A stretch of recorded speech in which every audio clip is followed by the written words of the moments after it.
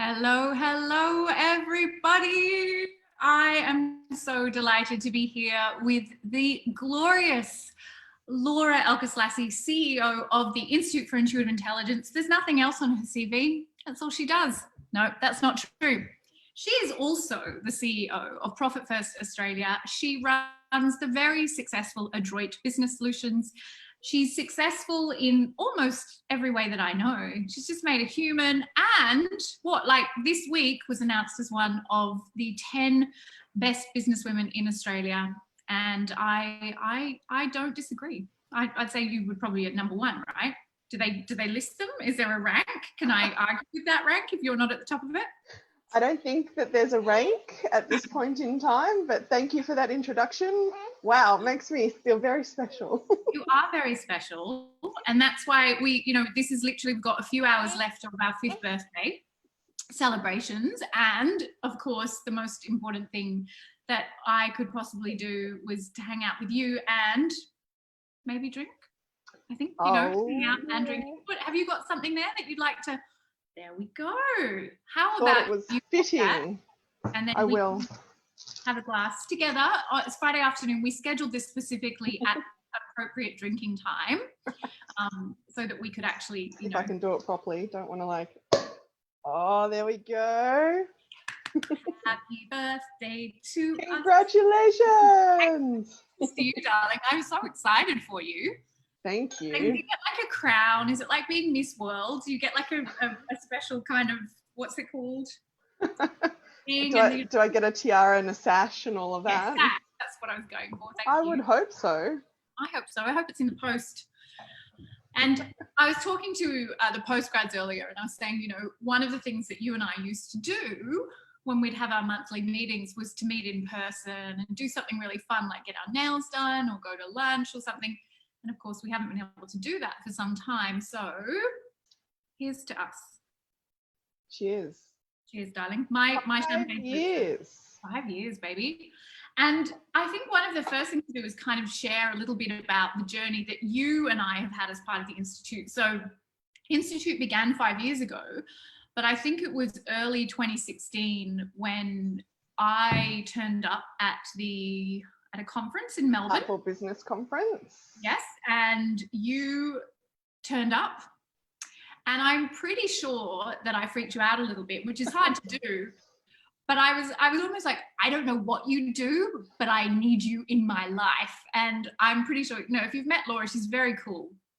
She's like, a bit like, okay, all right, lady. But whatever happened from that point onwards, I didn't scare you away. And you did come on board then really as, even right from the very beginning, the person who would really keep me straight around my money story and my profitability in the Institute. It always felt like you played a much more significant role than just doing the logistics of running a business in a financially viable way. And then we just sort of, I think, just kind of continued to fall in love with each other, really. And that's how it feels to me anyway. That's my take. You can share a different version of the story.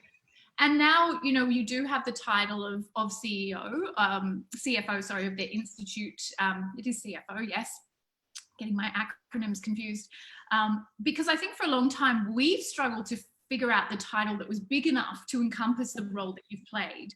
And just from my perspective, we have had lots of incredible adventures together.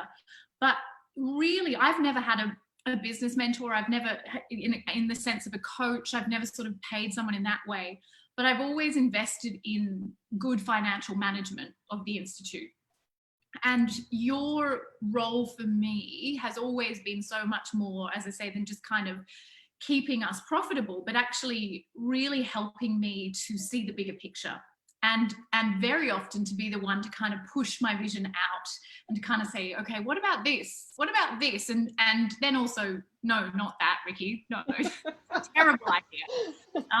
So I really do credit you, and I tell everyone with being the reason that the Institute has not only been able to sustain itself, but that we've had exponential growth. And it's, thank you.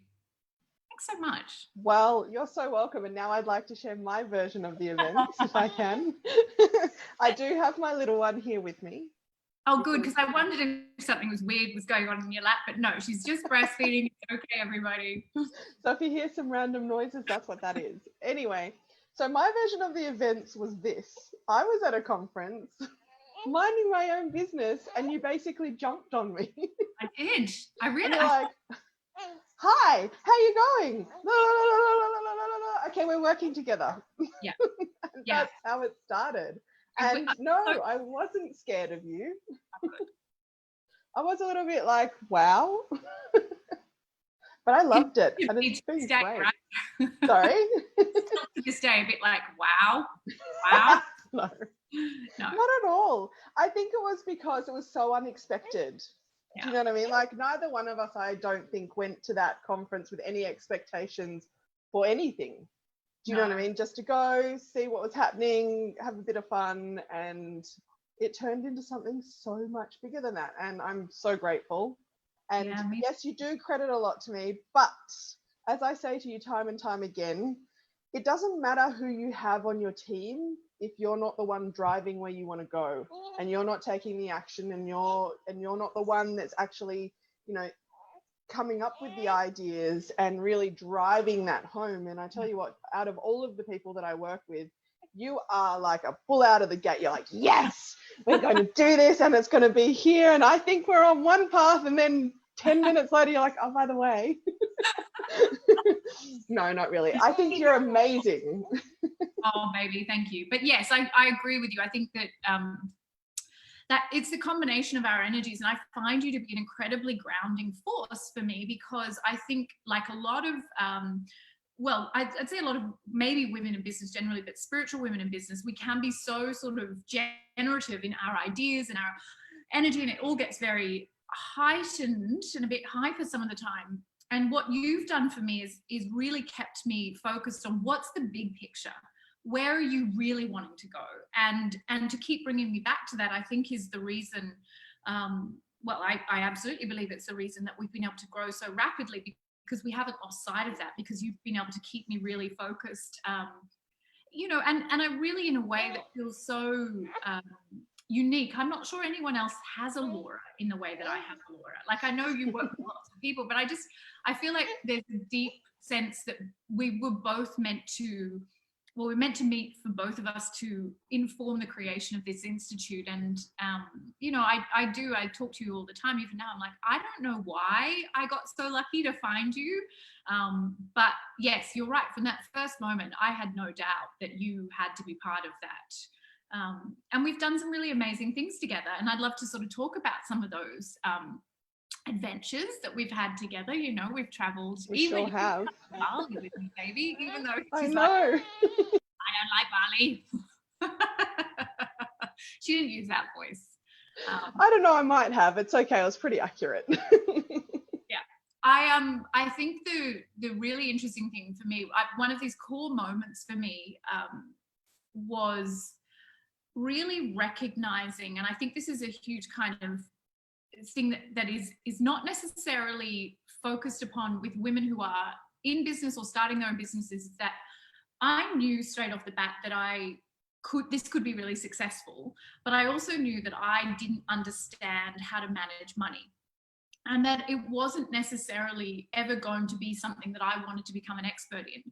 And I think for me, I do believe that intuition that I had right at the beginning was find really good money mentors and guides and people who will do that work with you and for you, because I kind of knew I didn't need a coach. I knew that I could generate my own ideas. I knew that I was able to stay committed to my vision.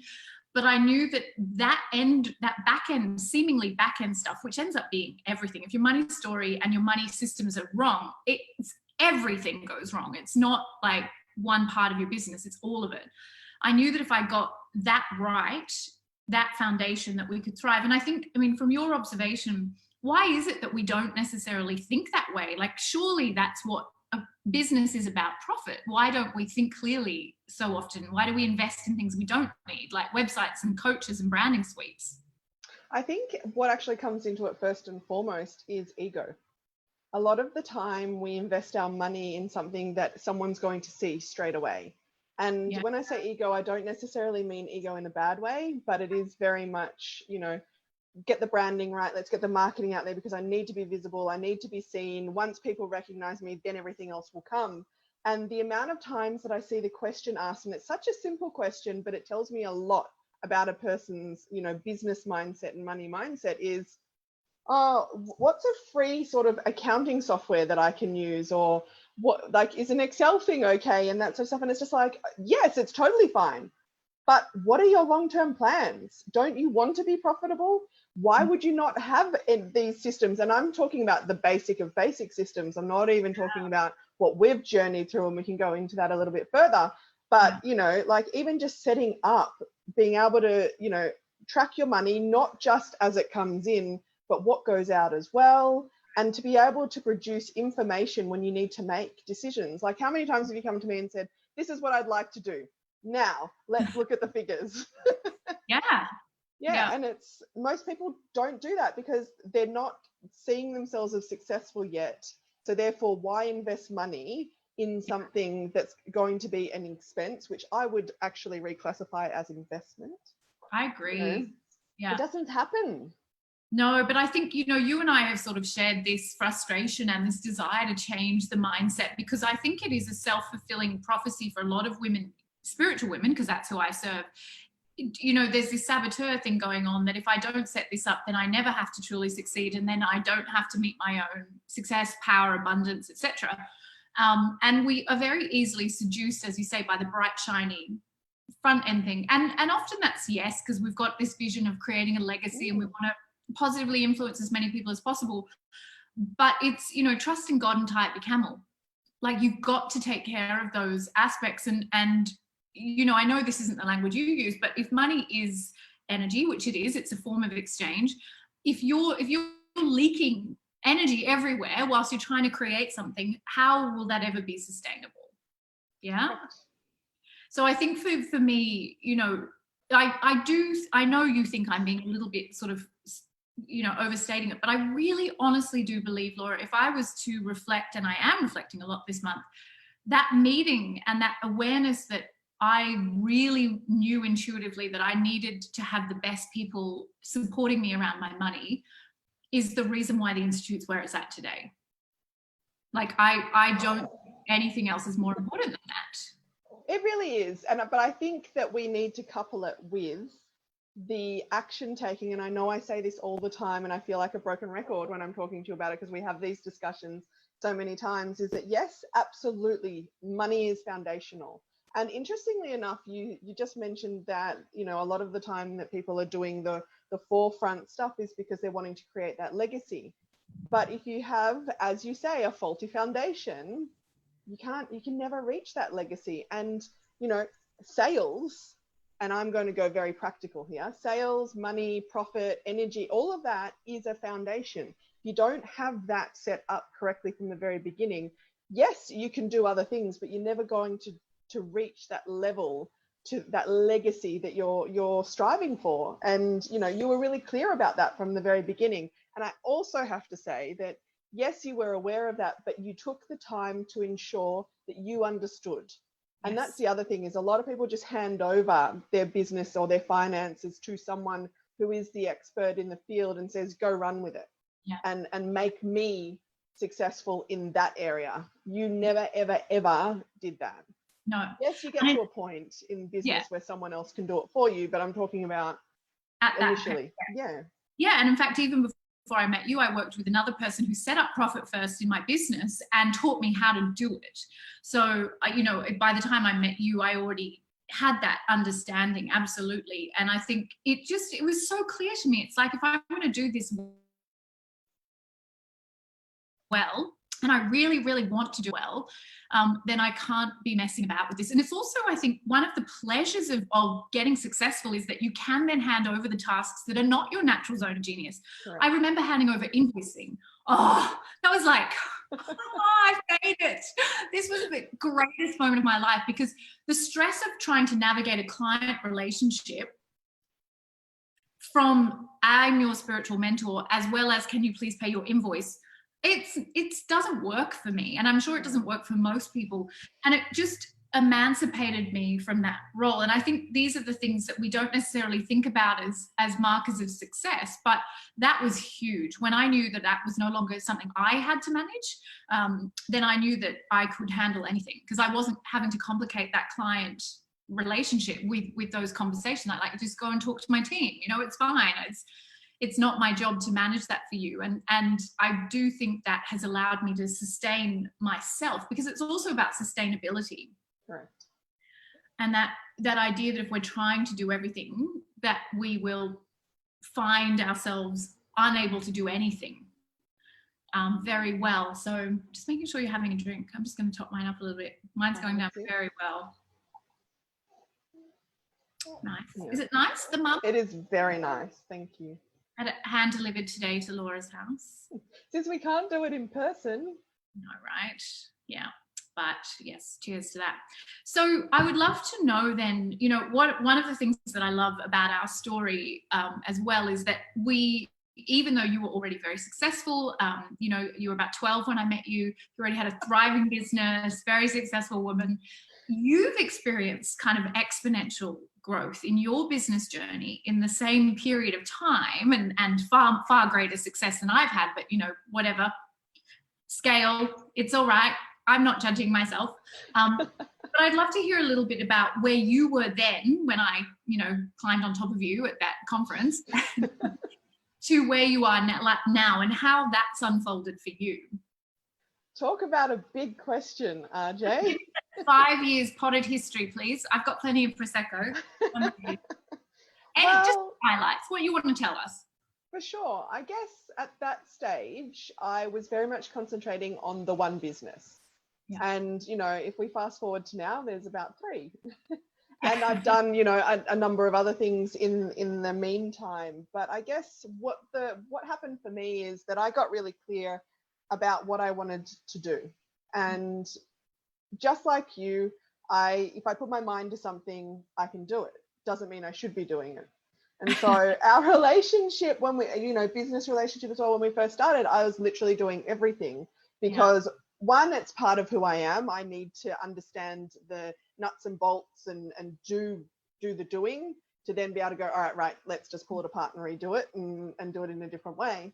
But also, you know, now you have got a team of people that are working on your back end of, you know, the institute and the money side and that sort of thing. And so I think as you were growing, I was growing as well. And yes, I had a great client base, but what I was offering was very different to what I'm offering now. You know, and I still offer bookkeeping and coaching services, but not one-on-one with me and that sort of thing. But, you know, as you get less time to do things, you need to make sure that you are building your business and being sustainable. And so as you were growing and my business was growing as well, it really was, you know, a matter of, am I utilizing my time as well as I can? How can I serve people? And is the way that I'm doing it the best for them and the best for me? And, you know, I've hit some bumps along the way as well. And, you know, now I really spend my time on things rather than in things.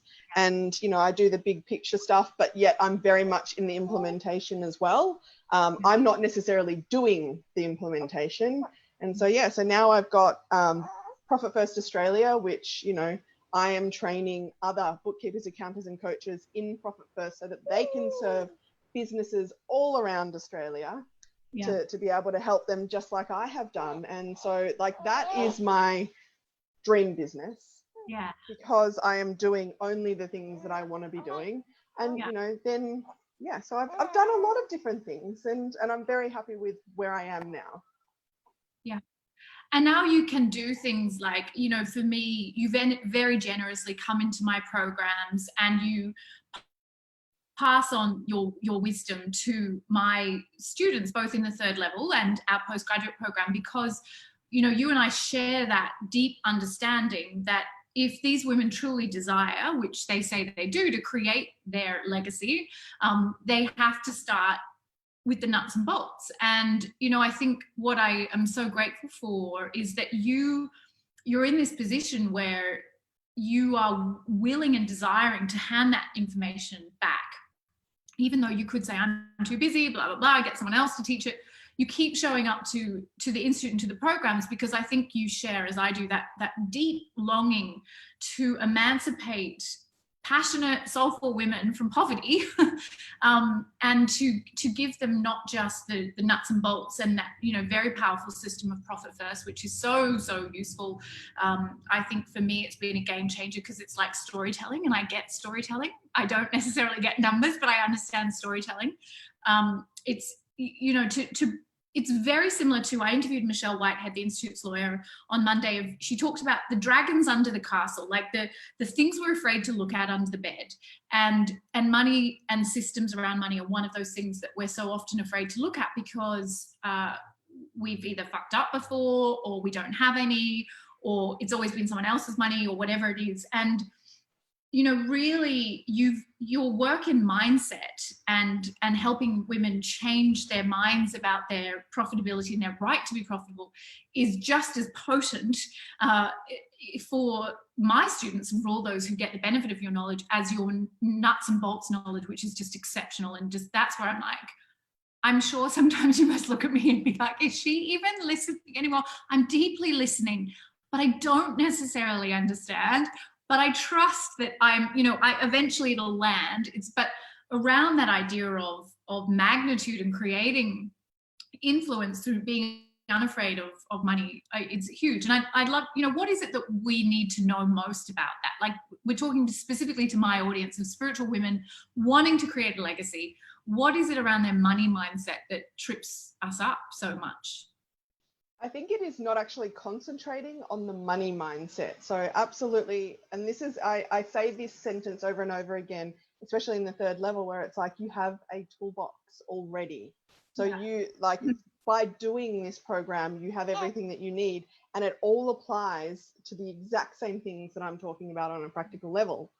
And yet disregarded. That's too messy. I don't understand. I'm overwhelmed. There's lots of shame. There's lots of big feelings that are, you know, fear around, you know, money and that management and all of that. And so the biggest thing, and I like to refer to it as a triangle, is that there's three sides to the triangle, and most of the time people are concentrating on two. So the mental and the energetic side is being absolutely looked at, but the action taking or the physical is being ignored. And so you need to have all three, or else it's going to collapse. And that's why there is that constant frustration with the money mindset, is it's like, I'm on top of it, I'm going for this, I am achieving, and then boom, you're right back to where you know, that same fear again, because you're not looking at all sides. You're not acknowledging that you not only need to be aware and to be working with your toolbox in the spiritual side, but you actually need to be physically taking that one tiny step at a time to concentrate on that.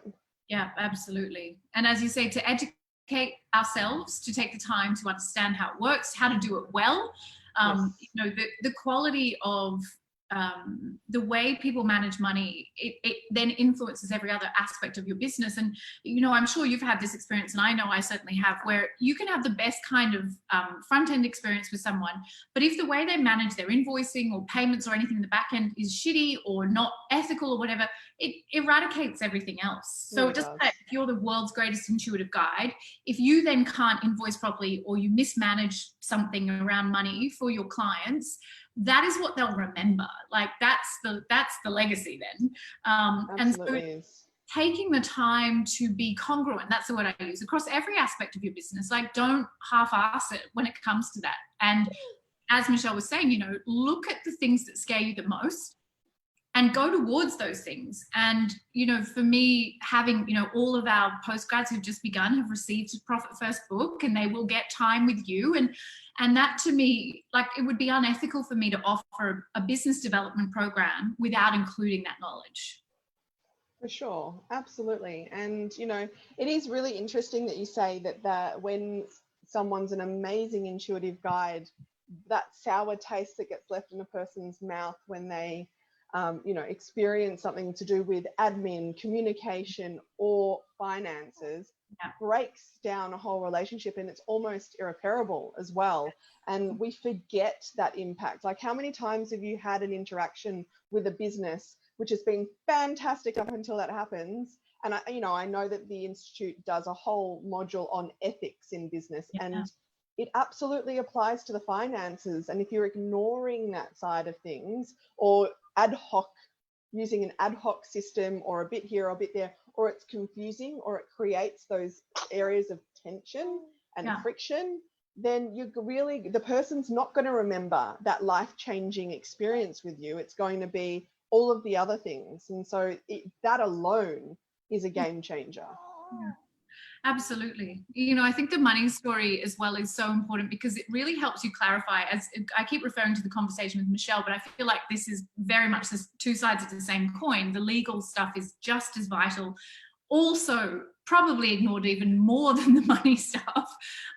But it's that idea that if you truly want to leave a legacy and create influence, you need to have acknowledged all of the harder things about being in business, as well as the really joyful things, which is, creativity and getting to kind of, work your own hours and all of that fun stuff.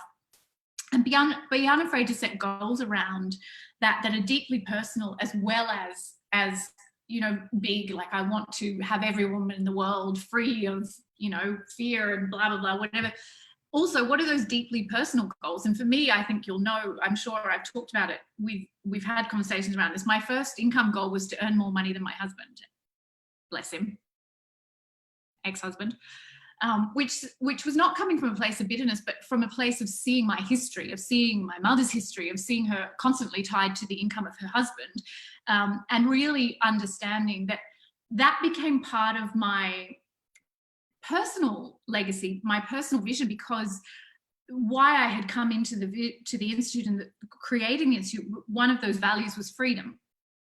And it's only through disciplined action that we can attain freedom. And that was so important in understanding money. But I think, once again, that sort of gets lost. Oh, hey, cute face. Look what I made. There's a human here. So cute. Well, he wanted to join us. What can I say? Oh, I love it. All this she does while leading a revolution, everyone, just so you know. And that's not her only one. There's others. They're all, not that many others, there's only one other, but whatever. So I guess I don't sort of mean to just ramble, but I think that idea that we need to have a personal connection to why we want to make money. And do you feel that lacking sometimes, especially in spiritual women who are all about I want everyone to be free, I want to end suffering, I want to end the world hunger, or whatever it is, but having a personal connection to the attainment of abundance. Absolutely. And I think any way that people see business and personal as separate, especially when it comes to how the business is going to be successful and how it's viewed. And oftentimes when a business is unsuccessful, it's because the personal goals and aspects and realizations and needs are not being met. And so if we make it as basic as, a person's making, really good turnover in their business, of course is unsettled, turnover in their business, but, they haven't worked out personally what they need, or they don't have the funds that they need personally. They're going to steal or borrow from their business, and then they don't have the funds to invest in that growth and that sort of thing. And so the personal aspect in the realization of that goal of that, that you're wanting to achieve, as you said, that whether it's world peace or whatever it is, you absolutely need to start at the foundation of what do you need right now, while holding that big vision of where you need to head. I find that it's either one or the other. A person's like, I only need to make $100 right now to be able to pay for this thing, and that's what I'm going to do. And so they can't, go on that trajectory of successful growth and financial gain and all of that. Or they're like, I am going to buy this thing that's going to answer the problem that is out there for whatever it is, but don't know how to get there. What is your purpose? What is your vision? What are you aiming to achieve? But where are you right now is also so important. And the fact that it's either one or the other means that you're always going to feel a struggle. It's never going to be pleasurable. It's not going to be joyful. It's not going to be sustainable. You will not be able to scale that idea or that business vision. And or the other thing, especially with spiritual women, is, well, I'm here to serve. Okay, but what's your idea of serving? Why should you not be, why should you not receive an exchange for that service in the form of money? It's just energy. Yeah. My prayer is increase my power to serve, which comes from the work of Venice Bloodworth, which, what she's talking about is the more successful you are financially, the greater power you have to serve. Absolutely. So things like the more successful I have, the more nanny time I have, the more cleaner time I have, the more, time that I can actually take care of myself and go have, not now because I'm in Melbourne, but once upon a time I could get facials and massages, the things that would keep me supported and sustained in myself so that I could continue to serve. And also the very real things like, which I know you love, the more successful I am, the more I can give away scholarships to my programs and things like that, which, it matters to me that if I'm more successful, the less I need or the less pressure on me to be bringing in that revenue in a direct way, I can be more generous. Absolutely. Surely philanthropic philosophy, that should be a motivator. And to me, it is a no-brainer that if I make a lot of money, I can give back a lot of money. But it's not something that's concentrated on, especially at the very beginning. But, because the idea of profit is seen as this dirty word. And in actual fact, if you break it down and you change profit for purpose every single time you talk about it, when it comes to your business, imagine what you're going to create. Mic drop. While having a baby, amazing. You're absolutely right. I'm going to do that. Like, even for myself, I'm thinking yes, because I'm so comfortable with the idea of profitability as a measure of my success, which means a measure of my capacity to create positive influence. But you used a word before that just set off alarm bells for me because it's so clear. Shame. That shame cycle, I think, for spiritual women, especially around being successful, because of all of the unmet crap, doesn't matter, there's a million stories as to why, means that we don't feel safe to be profitable. Yes. And I think there's a lot of this idea of emulating power as we've seen it in the world up to now. And I remember seeing Denise Duffield-Thomas at a conference that you and I were together at. That was an amazing moment at that conference. I want to talk about that, where you put a provocation to me, which completely amazingly expanded the Institute. But that idea that, do you think if you have more money, you're going to become an arsehole? And like every woman in that room was like, no. But it's somehow this fear that money equals abuse of power. Yes. How do we break that? Like, we're not going to behave badly. We're going to change. But if we keep being the poor women to the powerful men who, not all men, but some men abusing power, how do we change women's minds about being profitable is not a dirty word? Wow, that's a big one. Well, the first thing is, this is decades and centuries of programming that has happened. And the only way that you can really change that is doing what you're doing right now. And you're leading that revolution with women who can make this change. And that's how I see it is, if people are not working towards changing that story, then nothing is ever going to change. Yeah. But the other thing is being aware that your interaction with your money, with your business, with anyone is a spiral. And I don't mean a spiral down, I mean a spiral up. So as you attain more success and more money, that fear or that story is going to be a recurring theme.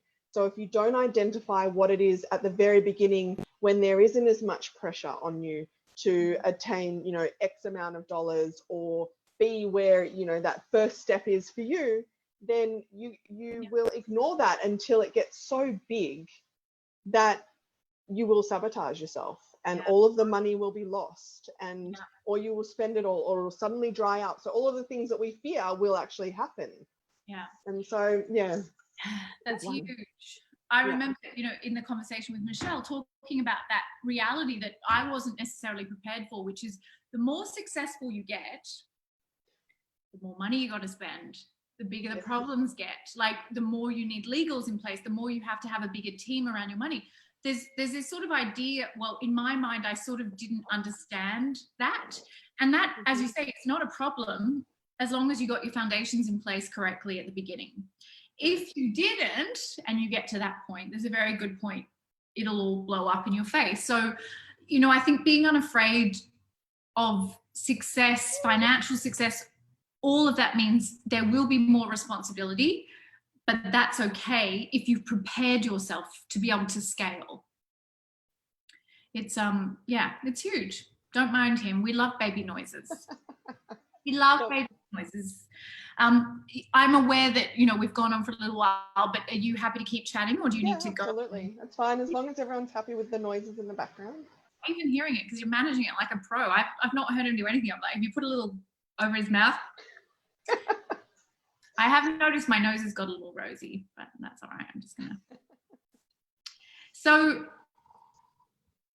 I want to talk a little bit about something that you and I did together a little while ago. I'm so glad we did it. Do you know when you like look back, like hindsight is everything? Now the world has shut down and we may never be allowed to leave Melbourne. I know. What a thought. I'm so glad we decided to spend a month in Italy together. Me too. And I want to talk about Excellence Collective and the work that we did in that, because I think what Excellence Collective is, and she will have her day again. Absolutely. But that it really is the intersection of our mutual desire to see women with all this incredible potential to get over the limiting beliefs and to really see themselves as epic and capable of doing epic things. And that's why we chose to go to Tuscany and not Bali or Thailand. You know, I remember having those very, you know, big discussions about where we're going to do this. It's going to cost more money for people to travel to Italy, but we really wanted to create an event that felt it was reflective of what we were inviting these women to see in themselves. And, you know, there were a lot of challenges around that, as you can imagine, bringing a whole bunch of very diverse and dynamic and powerful women into like what was essentially a 2-week sleepover, which it was, in this stunning villa, Il Grande Prato in Castel Fiorentino. Love the accent. Yeah, it was rubbish, wasn't it? Tell me again, how do you say it? Il Grande Prato. Yeah, that's what I said. You know, I look upon that time with such deep fondness, because I really do see it, you know, we do our things separately. We do our things where you help me, and I rarely get to help you, but mostly you help me. But with Excellence Collective, that's not true, and you know it. I feel like maybe I do, but maybe it's more in like an informal kind of, hey, you're great, I love you, don't forget how amazing you are way. But the idea of what we are and did create with Excellence Collective was that invitation to that very amazing group of women to perceive themselves differently. So I'm going to just throw it out there because it's Friday afternoon, it's 5th birthday celebrations, and I've drunk some Prosecco. What do you think we should do next? Where should we go next with that? Ooh. Well, I'm definitely up for the challenge, because whilst, as you mentioned, it was challenging in a number of ways, the transformation that I saw in every single one of those women, and they may not see it as transformation, and there were definitely, you know, bumpy parts to it, was phenomenal. Yeah. Whether that is to realize that what they were doing is not what they want to do, or that, you know, they can actually realize that vision that they had, and there's that next step that they could then take to get closer to that. But it's also saying yes to something that was completely out of their comfort zone. I think I was literally the only one that spoke the language there at the time, and I think one person had to make it work. Yeah, it wasn't me. But, you know, the travel that came with it, the lack of, you know, language. Yes, there was also, you know, as you said, a number of different personalities, and, you know, being able to say, okay, what's next for me?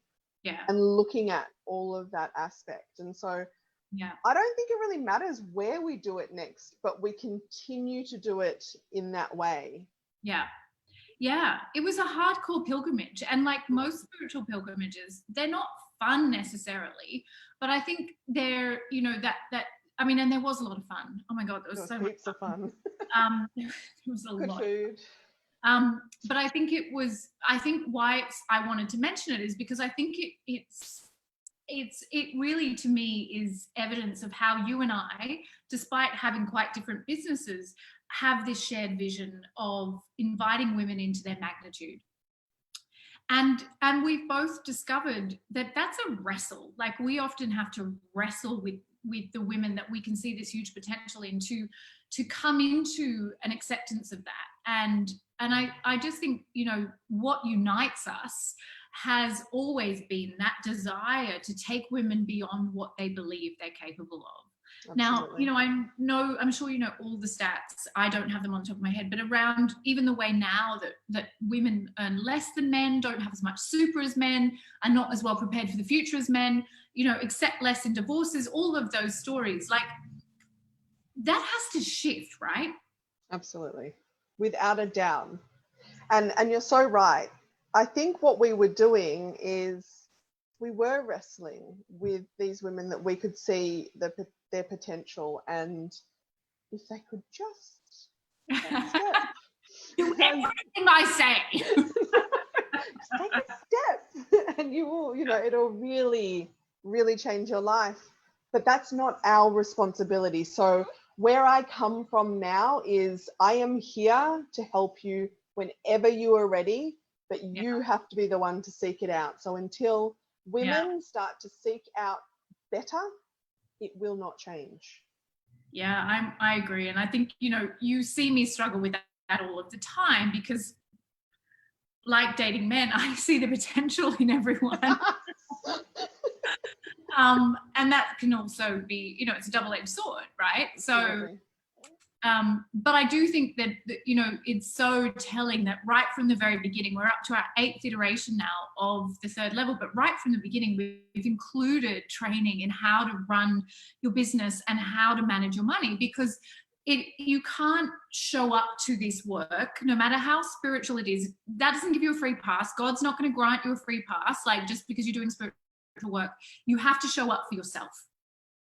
And that is what we share, is this absolute ethos to get women inspired to show up for themselves. Absolutely. And I just adore everything you do, and I understand about 1/10 of it, but I just bow down to you. I'm like, it's magic. What is that thing? How does she know? How do you know so many things? Like, you just blow me away with you really do. You know how deeply in awe of you I am. But I also just think, you know, when it comes down to it, we strip away what we do, the why is very, very shared. And I think that's why you and I did meet a soulmate in one another. For sure, without a doubt. And we're soulmates. That's it. Soulmate. Sorry, boyfriends. It'll always be Laura and I. Luckily, our boyfriends like each other. I mean, she's not a boyfriend. She made a human with him. Have you seen her bling? Anyway, getting back on track to what we're talking about. Yes. What were you saying? Now I've lost it. You've completely, like, look how red I've gone. You've made me all embarrassed. It's really gorgeous. You don't have to. No, I'm not going to. Yeah, I just think, you know, the reason why we do have a very unique and special relationship, because we've got that shared vision of what we want for women. And I do think that there's so much more for both of us, and I'm so excited to see where both our businesses go. But I think, you know, one of the greatest things, that the story I was thinking of when we were at another conference up on the Sunshine Coast, and you and I were sitting outside our accommodation one morning, and you looked at me and you're like, what if we did the 3rd level like twice a year? And I remember my brain just going, it was a nuclear bomb going off in my consciousness. I remember that moment. I remember that moment. It was a game-changing moment. But all you didn't say, this is what we should do, this is how we're going to do it. You put a provocation out, and you just kind of prodded my comfort zone, and you just kind of pushed me out of it. Like, man. And it was like, oh my God. And it was a game changer because, of course, you know, running it once a year was great, but it wasn't sustainable as a business model. It wasn't going to work long term. We would have had to find another way. And I think that's the great thing that you've just touched on, which is, you know, surround yourself with people who are going to be those provocateurs, who are going to say, what else is possible? But don't expect anyone to do the work for you. No. If I hadn't taken that suggestion and run with it, nothing would have changed. You know, we wouldn't be at 8, we'd be at 4 intakes of the 3rd level, and I wouldn't be at where I am financially and with the freedom that I have.